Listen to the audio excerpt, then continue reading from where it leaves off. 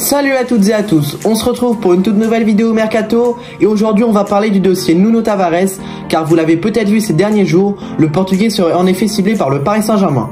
Alors dans cette vidéo, on va d'abord faire un point sur l'état actuel du dossier et on se penchera ensuite sur le joueur avec ses atouts mais aussi ses inconvénients et je terminerai par vous dévoiler mon avis sur sa possible arrivée au PSG. Est-ce que ça serait pour moi une bonne recrue pour le club de la capitale? Mais top, avant qu'on attaque, t'allais quand même pas oublier l'abonnement et la cloche de notification, ça te permet d'être au courant de l'actualité du club parisien pendant cette période du mercato et nous ça nous apporte un soutien considérable et sur ce on rentre directement dans le vif du sujet. Je vous le disais, Nuno Tavares est dans le viseur du PSG et plus précisément du directeur sportif du club Luis Campos qui voudrait faire du joueur la doublure de Nuno Mendes sur le poste de latéral gauche. En ce qu'il en est du principal intéressé, il voudrait quitter Arsenal où il ne fait plus partie des plans d'Arteta et le projet du PSG autour de Luis Enrique l'intéresserait énormément. Du côté d'Arsenal, on souhaite une vente de Tavares et on se satisfera avec une vingtaine de millions d'euros.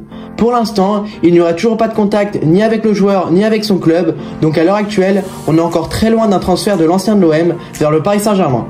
Maintenant, avant de s'attaquer aux joueurs, intéressons-nous déjà à ce poste de latéral gauche. On a évidemment Nuno Mendes qui fait figure de titulaire indiscutable, mais les blessures récurrentes qu'il subit commencent à être un problème majeur. Après, en doublure, il y a la solution Lucas Hernandez qui, on le sait, peut totalement faire le taf, même si on préférait le voir en charnière centrale. Et après, quand on regarde derrière, ça fait pas rêver du tout. On a du Juan Bernat et ça commence à être assez léger. Et enfin, on a le joyau du club, Layvin Kurzawa. Bon, je pense que je vais pas m'étendre sur le joueur. Mais plus sérieusement, vous vous rendez compte que ce poste ferait bien d'être renforcé. Focalisons-nous désormais sur le joueur. Alors si on regarde ses points positifs, déjà c'est un latéral assez rapide qui apporte beaucoup offensivement, que ce soit par ses centres ou même par sa frappe qui est vraiment intéressante. Il a marqué 6 buts l'an dernier avec Marseille. Il dispose aussi d'un volume de course plutôt élevé, on l'a vu avec Igor Tudor effectuer un grand nombre de sprints, donc là aussi un aspect assez intéressant. D'autre part, on parle d'un joueur assez jeune de 23 ans, donc avec une belle marge de progression. Il a aussi l'avantage de connaître le championnat de France et de se blesser assez rarement. Et enfin, dernier point positif, c'est le fait qu'il parle portugais. Donc dans la communication avec son coach et une grande partie du vestiaire, ça ne posera pas de problème. Et puis il a également appris un petit peu le français. Donc niveau communication, intégration dans le groupe, ça ne devrait pas poser problème. On passe maintenant aux défauts de Tavares. Et premier point que j'ai envie d'évoquer, c'est bien évidemment ses lacunes défensives. Vous l'avez peut-être remarqué, mais dans ses qualités, je n'ai jamais parlé de l'aspect défensif. Et autant dire que pour un latéral, c'est assez gênant. Mais mon Dieu, qu'est-ce que c'est faible Tavares défensivement. Déjà, il manque souvent de concentration et ses techniques d'intervention sont vraiment effrayantes. De plus, il est également connu pour avoir un fort caractère. Et ça, dans un PSG avec déjà beaucoup d'ego, on n'en a pas vraiment besoin. Et dans l'optique de faire de lui une doublure, c'est pas forcément rassurant non plus.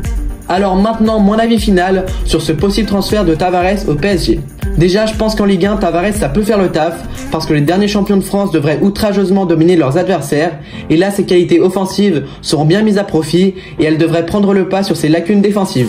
Mais quand le niveau va s'élever, pour moi tu ne peux pas te permettre d'aligner un Nuno Tavares en phase éliminatoire de Ligue des Champions et je préfère de loin aller avec Lucas Hernandez qui même si offensivement il ne t'apportera pas ce que t'apporte Tavares, défensivement au moins tu sais que ça sera solide. Donc si je résume, pour moi au niveau national Tavares ça passe, mais pour la Ligue des Champions c'est trop dangereux. Et le fait est que l'objectif du PSG c'est bien la Ligue des Champions, donc au final je vois pas Nuno Tavares jouer uniquement en Coupe de France et en Ligue 1 et ça surtout à cause de son caractère. Si on était sur un joueur qui fait pas de vagues, j'aurais dit pourquoi pas, mais là je pense que c'est pas un bon choix pour renforcer ce poste.